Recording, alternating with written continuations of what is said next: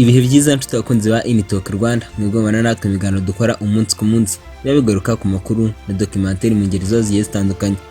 Polisi y'u Rwanda ikorera mu ntara y'Amajyepfo yafashe abagabo babiri bakekwaho gucuruza no gukwirakwiza urumogi.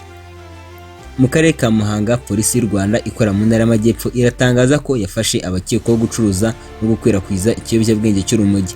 Mu ijoro ryo ku itariki ya 12 rishyira tariki ya 13 Mutarama umwaka wa 2026 mu karere ka Muhanga mu murenge wa Nyamabuye mu kagari ka Gitarama mu mudugudu wa Kagitarama ku bufatanye n'abaturage n'inzego z'ibanze, polisi y'u Rwanda yafashe abagabo babiri bakekwaho gucuruza, kuranguza, gukwirakwiza no gukoresha ibiyobyabwenge, aho bafatanywe ibiro bigera kuri 4 by'urumogi. Umuvugizi wa polisi mu ntara y'Amajyepfo CIP Hassan Kamanzi yabwiye itangazamakuru ko abafashwe bafungiye kuri sitasiyo ya polisi ya Nyamabuye, aho ubugenzacyaha bwatangiye gukora iperereza.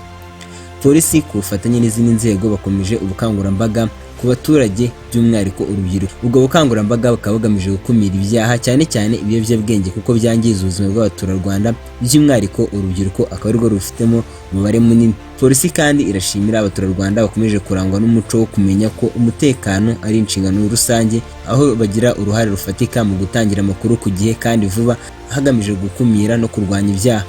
Polisi kandi irasaba buri wese kwirinda gukora ibinyuranyije n'amategeko, by'umwihariko gucuruza, gukwirakwiza, gutunda, kunywa urumogi. Polisi y'u Rwanda ikavuga ko ari icyagenwa n'amategeko, bityo ko itazigera yihanganira uwo ari we wese ukora ibinyuranyije n'amategeko, cyane ko amayeri bakoresha polisi ikomeje kuyatahura, ndetse ngo uzajya bikinisha wese azajya afatwa ashyikirizwe ubugenzacyaha n'amategeko yubahirizwe uko bikwiriye. Nibyo twabwira ngo wakoze kubana natwe, kora subscribe niba rugamba ugeze kuri Initalk Rwanda ugakora ibyo dukora.